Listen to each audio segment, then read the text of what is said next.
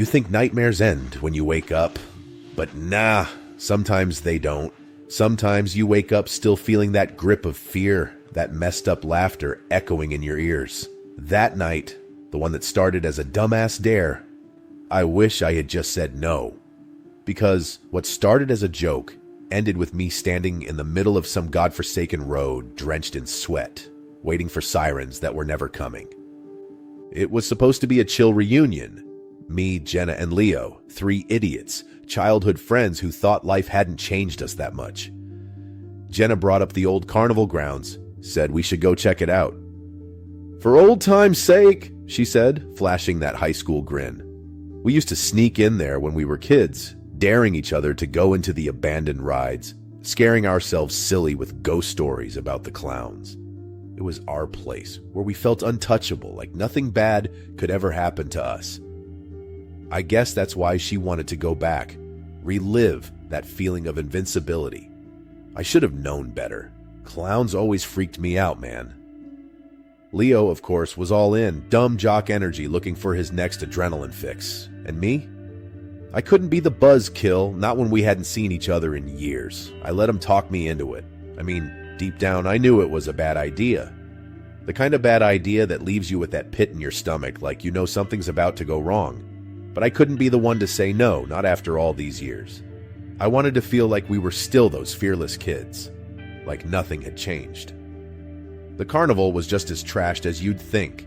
Rusty Ferris wheel, busted booths, graffiti everywhere, like some post-apocalyptic movie set. But it was the big top that caught Leo's attention. "Dude, we gotta check it out!" he hollered, already jogging towards it. I hesitated, staring at the flapping tent door. The setting sun threw long shadows, and something about it just gave me the creeps. But I swallowed that fear, couldn't be the scared one, and followed them inside. Inside was worse. Ripped posters of clowns hanging from the ceiling, some all faded, others looking like someone just put them up. Then I saw it, a red balloon floating in the middle of the tent, no strings. "Pennywise left us a present," Leo laughed, reaching for it. When he grabbed it, the balloon didn't pop. It floated up, disappearing into the dark. That's when the laughter started. At first, I thought it was Leo. He was always pulling stupid pranks, but when I looked at him, his face was pale. Jenna wasn't laughing either. The sound was coming from somewhere else, echoing through the tent, louder, twisted. My heart started pounding.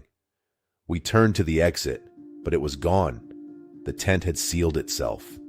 And the laughter? That was everywhere now. Then the clowns showed up. Not the funny kind. Not even the creepy movie kind.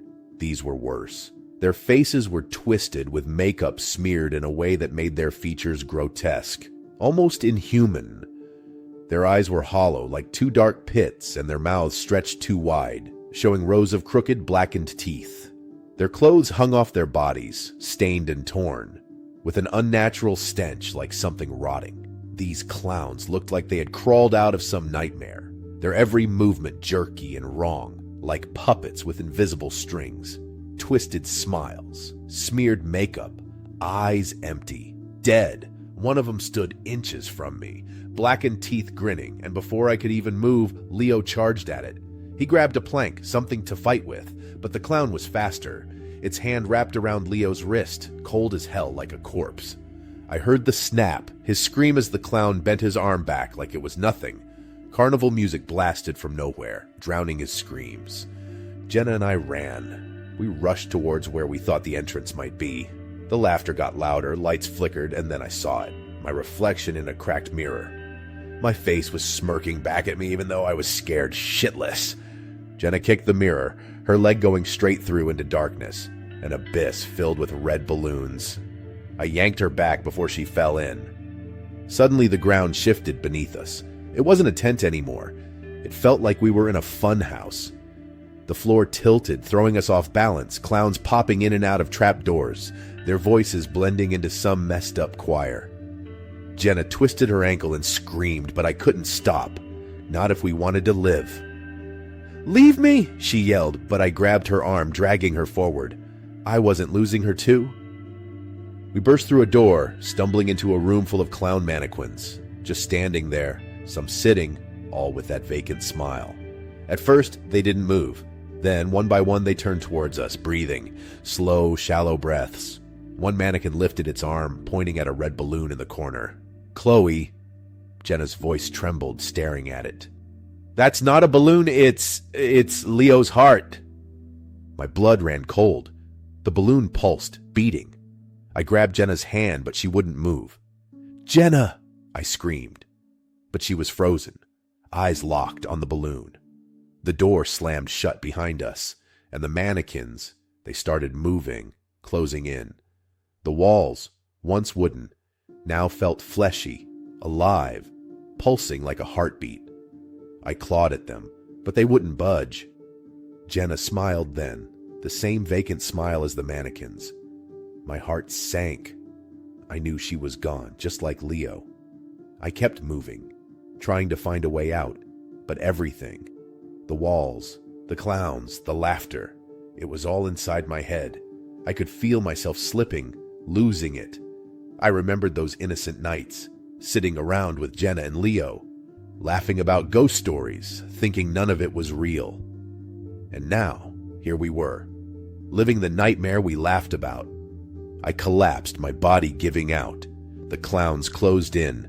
I knew this was it. But then, right before everything went black, it hit me. The carnival wasn't real. None of it was. This nightmare. These clowns, the laughter, all in my head. A twisted version of my worst fear. Losing my friends, losing myself. I let the darkness take me, knowing the laughter might have stopped, but it would haunt me forever. And when I woke up, standing in the middle of that empty road drenched in sweat, I knew it was over. But the nightmare?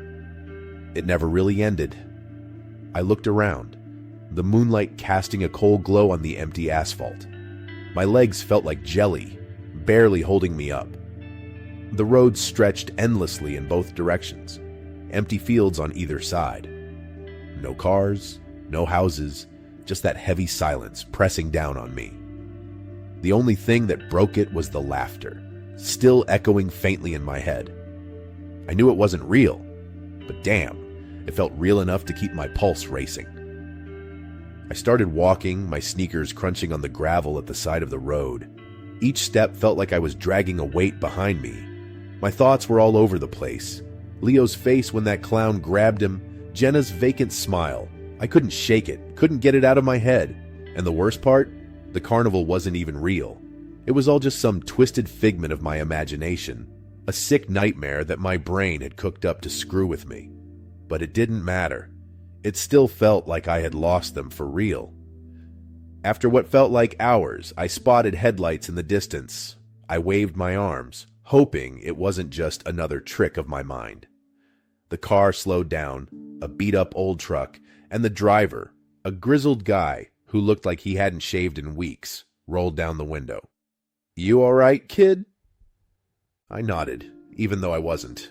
"Yeah, just need a ride," I mumbled, my voice barely audible. He looked at me for a second, like he was sizing me up, then jerked his thumb towards the passenger seat. "Get in!" The inside of the truck smelled like old cigarettes and fast food, but I didn't care. I just needed to get away from that road, from the silence, from everything. I slumped into the seat, my head resting against the window as the truck rumbled down the road. The guy didn't ask any questions, and I was grateful for that. I didn't even know where to start if I had to explain. The laughter was still there, in the back of my mind, but it was quieter now, fading as the miles passed. I tried to focus on the hum of the engine, the steady rhythm of the road beneath us. I closed my eyes, just for a second, hoping that maybe when I opened them, all of this would be over. Maybe I'd wake up in my bed, Jenna and Leo texting me to hang out like nothing had happened.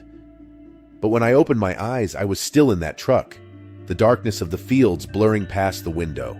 The driver was humming some old country tune, his fingers tapping against the steering wheel. I turned my head, staring out at the empty fields, and for a moment, I thought I saw something. A flash of red, like a balloon, floating just above the ground. My breath caught in my throat, but when I blinked, it was gone. Just my mind playing tricks again. "You got people waiting for you?" the driver asked suddenly, breaking the silence. I hesitated, the question hitting me harder than it should have. "No," I finally said, my voice cracking a bit. "Not anymore." He didn't say anything after that, just kept driving. The road stretched on, and I felt the weight of everything, of what happened, of what I lost, pressing down on me. I knew I couldn't go back. The carnival might not have been real, but what it did to us, to me, that was real enough. I had to keep moving, had to put distance between me and that place, that nightmare. But deep down, I knew it wasn't over. The laughter might fade, but it'd always be there, lurking, waiting for the right moment to come back. I leaned back, closing my eyes again, and let the rumble of the truck lull me into a daze. My mind replayed everything, the twisted smiles, the laughter, Leo's screams. It was like my brain refused to let go, forcing me to face what I'd lost, what I'd been through. But maybe that was the point. To keep reminding me. To make sure I didn't forget how easily everything could be ripped away. It hurt, but at least it meant I was still here, still holding on, however fragile it felt. Maybe I'd never fully escape it. Maybe I'd always be looking over my shoulder, waiting for the clowns, for the echoes of that twisted carnival. But at least for now, I was still breathing, still moving. And that had to be enough. Story 2. You know how they say there's always that one night that haunts you? The kind of nightmare that never lets you go? Yeah, well, that night was mine. And the grin, the painted grin, I still see it. Haunting my thoughts, and every damn time I close my eyes, there it is, staring back at me. It all started with a chill trip to the woods, just 3 bros out for one last hurrah before everything went to shit. It was supposed to be easy, right? Me, my little bro Ben, and our dumbass buddy Mike heading out to the middle of nowhere to drink some beers and maybe get a little freaked out in the woods before Mike shipped out for the military. Just bros having a good time. We went deep into the woods, way off the grid. It felt like we were leaving everything behind. Civilization, safety, even reality itself. I guess we really did end up off the grid, in ways we never could have imagined, in ways that would haunt us forever. We set up camp like a bunch of idiots. Ben couldn't even figure out how to get the tent stakes right. And Mike, well, Mike was just sitting there shotgunning beers, laughing his ass off at us. The fire was crackling and it should have been perfect. But the woods? They felt weird right from the start. There was no noise, I mean none. No crickets, no owls, no rustling leaves, just this creepy silence that wrapped around us like a cold, damp blanket. The air felt colder too, like the temperature had dropped suddenly. And there was this smell, faint but unmistakable, like something rotting just out of sight. It wasn't right, and I knew it. It wasn't right, and I knew it. "Relax, dude. It's peaceful," Mike said, rolling his eyes at me like I was being paranoid. But it was too peaceful. I couldn't shake it. The air felt heavy, like it was pressing in on us, and there was this weird smell, too, like something was rotting just out of sight. And of course, Ben being Ben, had to go and bring up the local stories. Killer clowns, a circus that never ended, people disappearing in these woods. You know, all that creepy shit. Mike just laughed it off, called it bullshit for tourists. But Ben, I could tell, he was nervous too, hiding it behind a dumb grin. I could see it in his eyes, the way they kept darting around, like he was expecting something to jump out at us any second. Later, when the fire had died down and we'd all started to drift off, I heard it. This laugh. Not the fun kind. Not the kind of laugh you hear at a joke, but something shrill, echoing through the trees like someone's joy was twisted. It wasn't right. It made my skin crawl, like ice water running down my spine. I sat up, my gut twisted in knots. "Mike! Ben! Wake up!" I hissed, nudging them with my foot. Mike groaned, waving me off, and Ben just muttered something about raccoons. But then they heard it too, the laugh, and then a balloon. a red balloon floating into our camp. "Okay, who's the jackass?" Ben said, standing up, trying to be brave. He thought it was a prank, but neither Mike nor I moved. The balloon drifted closer, bobbing in the night air, and then we saw him, a clown, just standing there at the edge of the firelight, tall and dressed in these tattered, grimy clothes. His face twisted into this messed-up grin. Painted? No, carved. Deep scars pulled his lips back in a way that made my stomach turn. "What the hell?" Mike whispered, his tough guy act gone. The clown just stood there, pointing right at me. Ben hesitated, his eyes darting between me and the clown, his face pale. I could see his hands trembling, and for a second I thought he might back down. But then, always the wannabe hero, he decided to step up, forcing himself forward with a shaky breath. "All right, enough of this crap," he said, stomping toward the clown. "Who are you? What do you want?" But the clown didn't answer. He moved. Fast. Faster than I thought possible. Lunging at Ben, wrapping those long, bony fingers around his throat. I remember how Ben's eyes went wide, his hands clawing at the clown's grip, his feet kicking as he was lifted off the ground. Mike and I ran at them, tried to help, but we got tossed aside like we were nothing.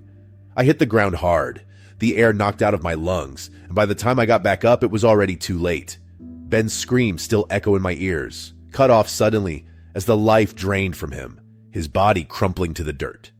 And then just like that, the clown was gone, vanished into the shadows, leaving us with Ben's lifeless form and the creeping realization that we were next. "We have to go," I whispered, my voice barely working. Mike nodded, eyes wide, tears streaking down his face. We grabbed what we could, not much, and ran. The woods felt alive, the shadows shifting, twisting around us. Every rustle sounded like a laugh, every flicker of movement a clown lurking just beyond sight. My heart was pounding, my mind racing with thoughts I couldn't control. What if we never made it out? What if we were already trapped, just like Ben? The fear clawed at me, making it hard to breathe, every step feeling like it could be my last. It felt like the trees were closing in, bending to trap us. The ground seemed to shift beneath our feet, roots reaching up to trip us, branches snagging our clothes. It was like the whole forest was against us, like it wanted us to stay, to become part of whatever nightmare was lurking there. We found this old shack, rotting and barely standing, but it was something. We ducked inside, barricading the door with whatever we could find. The place reeked of mildew, and hanging from the walls were these old clown costumes, dusty and falling apart. In the middle of the room was a single chair, and on it a clown mask. My stomach turned when I recognized it. The same mask the clown had worn, and next to it, on the floor, another red balloon. It was like a sick joke, like the whole place was some kind of shrine to whatever was out there. "We need to leave. Now," Mike said, his voice cracking, but before we could move, the door creaked open. The clown was back, standing there, his grin wider than before. He stepped into the room, slow and deliberate, picking up the mask from the chair and tossing it to me. "Your turn," he rasped, his voice low and broken, like it hadn't been used in years. "Time to join the circus." I felt the mask in my hands, the weight of it pulling me down. Mike tried to fight, tried to grab me, but the clown was too quick. He dragged Mike into the shadows, his screams echoing for just a moment before silence swallowed them. I was alone, and I understood. The clowns weren't just killers. They were prisoners, bound to the woods, cursed to find replacements. It was my turn now. I looked at the mask, the reflection of the grotesque grin staring back at me. My hands shook, but I couldn't stop myself. Slowly I pulled it over my face, the fabric fusing to my skin, burning as it melded to me. My thoughts faded, drowned out by the laughter, the twisted joy of the woods.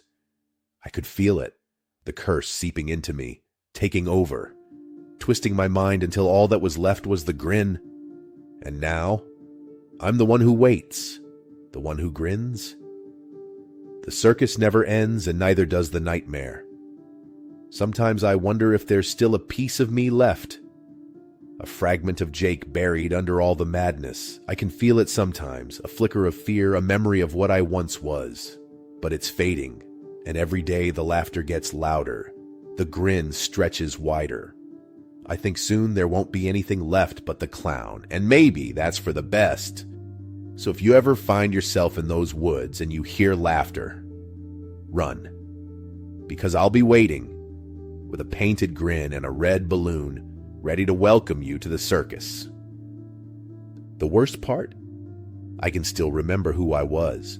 Somewhere deep inside, there's still a part of me that's Jake, that remembers Ben and Mike, that remembers being scared, that remembers what it felt like to be human. But it's trapped, buried under the layers of laughter and the twisted joy that comes with the mask.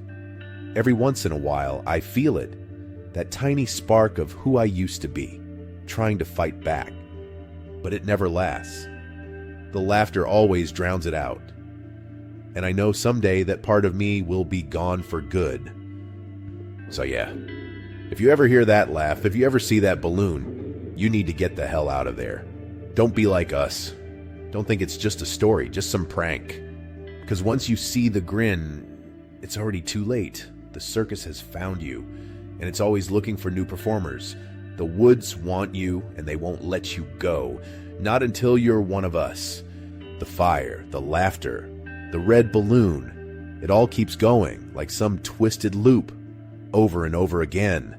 And I'm stuck here, waiting, grinning, knowing that the next group of dumbasses who think they're just going for a fun camping trip is already on their way. The circus never ends, and neither do I. So if you're reading this, take my advice. Stay out of the woods, because I'll be there waiting with that painted grin, and I can't wait to welcome you to the show.